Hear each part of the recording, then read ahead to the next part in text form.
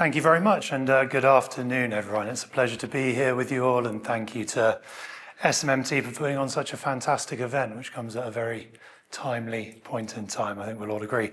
I've actually just come back from Brussels, where we were holding our annual European conference, and I think it's fantastic to follow that panel on competitiveness and all the challenges the industry faced, because you see that and you've heard that consistently for a number of years now, and I think nowhere more so than when you talk about how we're actually going to address the issues of this supply chain. Frankly, manufacturing and some of the steps that come further along the supply chain, they can move relatively quickly. Supply chains really don't. Supply chains have to be prepared for years, if not decades in advance. So I'm delighted to be here to talk to you about that a little bit today. A brief bit about us at Benchmark and why I suppose I'm here today. Benchmark is a market intelligence and price reporting agency that focus specifically on electric vehicle supply chains. Our whole business is established around tracking not just the raw materials coming out of the ground, but those materials through to their process forms, through to active materials, batteries, and of course into vehicles and their other end applications. So everything we do, our team of almost 200 people around the world is exclusively focused on these supply chains, how we're going to build them, scale them on a global level. So they say put your best foot forward. I realized 2 minutes before I came on stage, I didn't update this slide. So I'd like you all to ignore my very first slide, and I apologize. But I think we're all pretty accustomed to the numbers now. We know last year more than 20 million electric vehicles hit the road globally.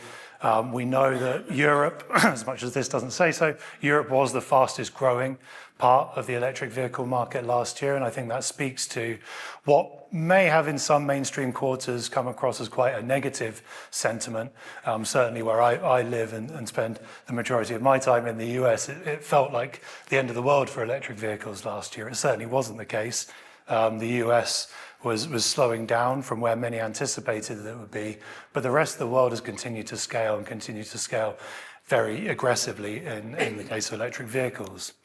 And what that's gradually doing is, again, as many of you in the audience will know, is changing the face of the automotive industry as we know it.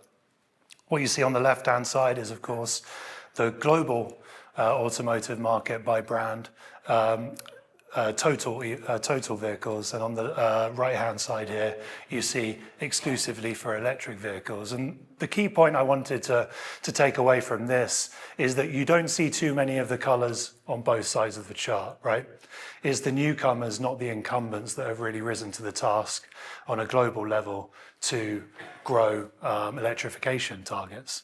And that can be by the up-and-comers in the US, like the Teslas of the world, but more so we've seen a huge, of course, surge in the ability of Chinese automakers. And I think as I walk through my presentation, you'll see that a key part in them being able to take such a leading role in this supply chain has been their proactivity towards developing supply chains, owning supply chains, and controlling the raw materials that are needed to build these batteries. One thing I wanted to point out as well when you think about the uptake of batteries in electric vehicles is that electric vehicles, and especially passenger electric vehicles, are no longer the only game in town when we talk about batteries. Increasingly, what's been happening behind the scenes in this industry is that while we've been improving batteries so they can go into all of these fancy, amazing passenger electric vehicles, the performance improvements that we've seen in the battery industry have actually opened the gates to a whole wide range of new applications for the lithium-ion batteries in particular. So we're now not talking about just the Tesla of the world, of course. We're talking about light-duty, heavy-duty vehicles, as we heard about today. But beyond that, we're talking about the demand competitiveness for these batteries, not just in transportation, but in stationary applications, in robotics, emerging technology, in aerospace, defense. All of these markets are going to make it for the automotive industry increasingly challenging, not just to secure any type of battery, but to secure the types of batteries that are going to be required to make Western automakers competitive in this global market. And coming on to batteries, we've of course seen a huge rollout of massive lithium-ion battery production capacity in response to the emerging demand in the vehicle market predominantly. Over the past 3 years or so, I think many of you who have been following this part of the supply chain for a number of years will realize that 2 to 3 years ago, there was a wide acceptance that, wow, we've really overshot the ambitions of this industry. We're never going to be able to consume all the batteries that are in the pipeline. And as this graph shows, we built up a pipeline in 2023 of almost 8 terawatt hours of battery production capacity that was being developed between then and 2030. That pipeline's continued to grow. It's scaled now to over 10 terawatt hours. And actually the only region, when you break it down on a regional level, that has actually cut back some of that capacity, and you've seen the total number reduce, is actually here in Europe, where a number of companies either shifting plans or moving out of the market has meant that capacity has broken down. Now, you could take that on the face of it and go, something's going wrong here. Everyone else continues to scale. Europe seems to have problems. Why are we cutting back? The plants aren't proving successful. We're not getting batteries to market in the way that people were anticipating. And that, of course, has been and is a challenge for any new battery producers globally. But the way I like to look at this, and certainly I think our team look at it, is that you can take the overall picture of where batteries are produced and what capacity is out there. But the key to this, the key to getting these into high-end applications and to serving the types of markets we're talking about here today, is the quality of those batteries. You see the huge amount of scale, the literal capacity that's being built and the investment going on in China.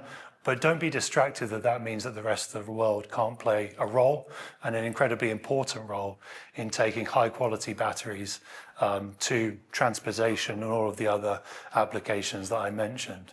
So while scale is absolutely important, is the cost, of course, that you bring these batteries to market, is the quality and the technology that's going to be deployed that you really need to look at. And that ultimately will guide how and where we invest in supply chains to sustain that growth of the future. In the case of transportation, and particularly in the case of passenger EVs, which remains, despite what I said, the driving force of this sector today, there's now the widespread acceptance and understanding from automakers that the single largest cost component going into your electric vehicle is your battery. And if you break down what goes into that battery system, the overwhelming majority of the cost now comes from battery cells, the cells that make up the battery system.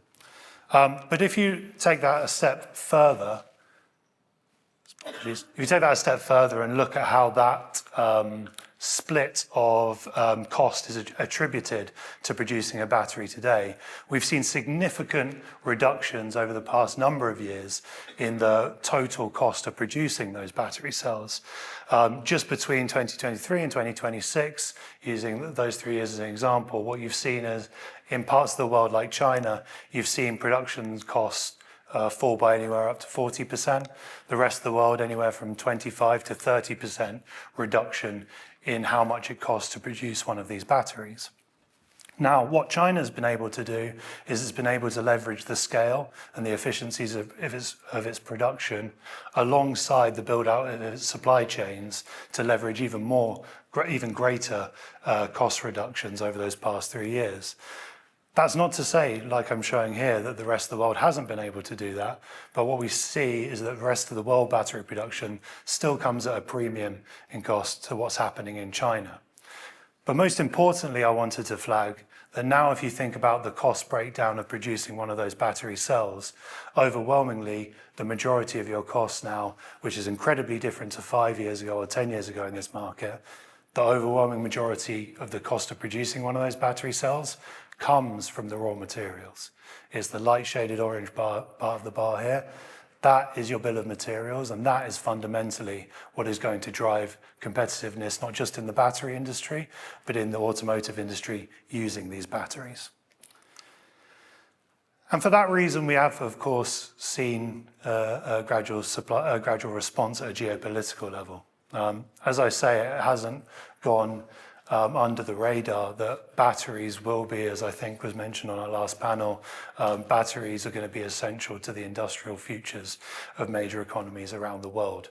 That ability to store energy has repercussions not just in transportation, it has repercussions in the energy industry, has repercussions in technology. Multi-billion-dollar industries are now very much focused in and honing in on energy storage. That will be the driving, or one of the dictating factors of regional success in this industry. So governments have woken up to that. And I won't run you through all of these various policies. I know we've talked about some today, we haven't talked about others. But I think what's been incredibly notable, certainly to me over the past 12 to 18 months now, I'd say, is that what you've really seen is a notable shift in the momentum and the sentiment coming out of policymakers, not just around creating that demand environment, creating the end application and the market for the end application, but it is actually the focus on developing supply chains. Governments now as well are very aware of the fact that if you're going to be able to take these batteries and take these products to market, if you're going to be able to be competitive with the likes of China, you are going to have far greater control over your supply chains. The volatility that we've seen in commodities and raw materials, like the lithiums of the world, even nickel over the past few years, copper, all of these things have a measure of material impacts on the underlying costs and the ability of battery producers to scale. But beyond that as well, the need to interfere and to get involved in these markets, not just from an industry level, but from a policy level, is to create an environment in these raw materials whereby capital can be deployed. As I mentioned right at the start, these supply chains, it's these raw material and critical mineral parts of the supply chain, which won't move in 5 years. They probably won't move in 10 years. You need continued momentum and capital deployment over quite often decades in order to make a material impact in how much raw material can be produced. And the added complexity when you talk about electrification is that a lot of the key fundamental materials that are driving the cost of these batteries are relatively immature markets. Talking smaller markets like your lithiums, cobalt, nickel in the low hundreds of thousands of tons up until just a few years ago, and are now being asked to scale at 20, 30, 40% every year through the next decade to reach some of the targets we're asking. And we can't have one of these parts of the supply chain move without another. So we need all of it to be moving in parallel. And I think that's why we've seen such a change in emphasis, I think, globally on the political scale of how we actually tackle the issue of critical minerals, as opposed to perhaps how do we just electrify our fleets, how do we deal with the downstream demand aspect of this, is the raw materials that become increasingly crucial. Now, this chart here, I try to, in as concise a way as possible, show a huge spectrum of the supply chain and different parts of the supply chain, right from the raw materials right through to batteries with their midstream anode and cathode laid out as well. And I really tried to plot here, knowing that I was a bit limited on time today, tried to plot everything and show you how quickly is supply in each of these markets growing versus how quickly is demand growing. And I stretched this from 2020 through to 2030. Now, what's encouraging on this global chart is that you don't see too much red. The reds indicate where you have a big disparity between demand growth and supply growth. The bigger issue is that if you take this out of the context of the global market and look at it on a more regional basis, what you'll see is here in Europe, definitely here in the UK, even in the US on a lot of these markets, demand is still in the double digits, but the supply growth is in the low single digits. You're compacting the whole supply chain on the left-hand side of this chart. Where we've made advances and why a far greater swathe of this chart isn't red is because of China, frankly. China's the one that's invested. China's the one that's taken stakes, not just domestically, but in foreign assets around the world. That control over their supply chains has allowed them to do what I showed on the previous couple of slides in terms of the massive cost reductions they've been able to achieve.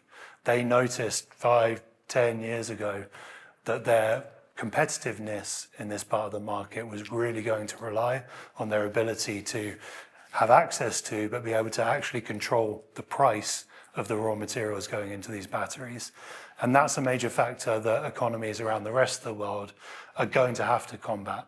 I'd love to say I have an answer of how they're going to do, but that needs to be tackled and it needs to be supported if we are to provide a more diverse supply chain for this industry.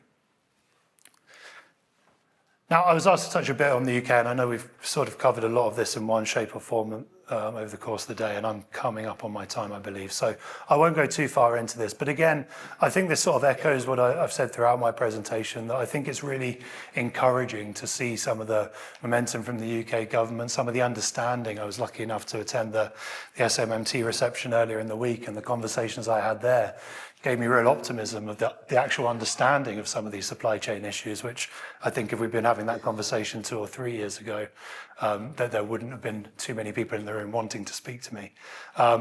But we do still lag far behind. And I think what not just the UK, but a lot of countries, particularly around Europe, are going to have to understand and tackle is that we can't do all of this by ourselves, right?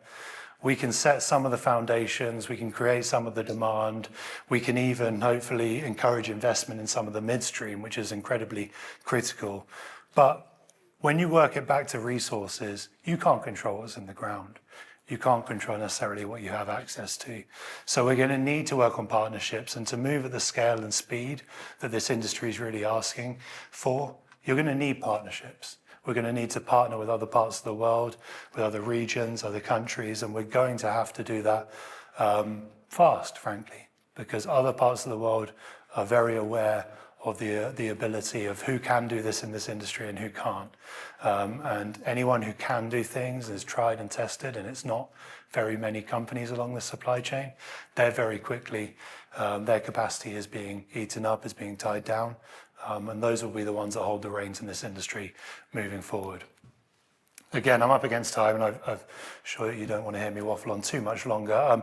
We've heard about the IAA, and I think, of course, we know this is something that, could have a sizable and meaningful impact on what we see and what we're able to do here in the UK. The legacy of automaking here, the history of automaking. In some ways, if some of these proposals are followed through, could be put at risk by this, and certainly the ability to compete in this new electrified world.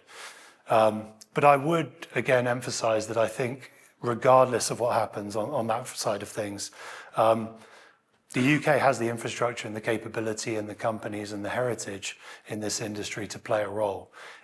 We do need to be strategic about how and where we participate in the supply chain. And I think that's going to really be the difference between lagging behind in this industry and perhaps playing a pioneering role. So with that, I have a few minutes. I did promise I'd leave a bit more time for questions.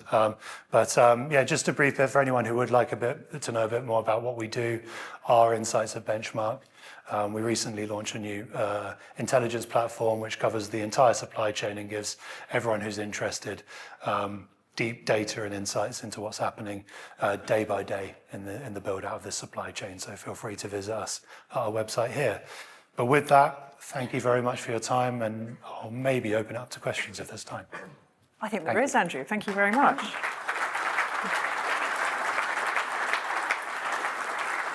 I think the phrase sobering and thought-provoking does spring to mind. And with that, we've got time for just probably one question, but if somebody's eager to ask something of Andrew now, in this forum, as opposed to afterwards, please fire away. Right at the front here, Keen Bean on the front corner. Can somebody bring a microphone? Thank you.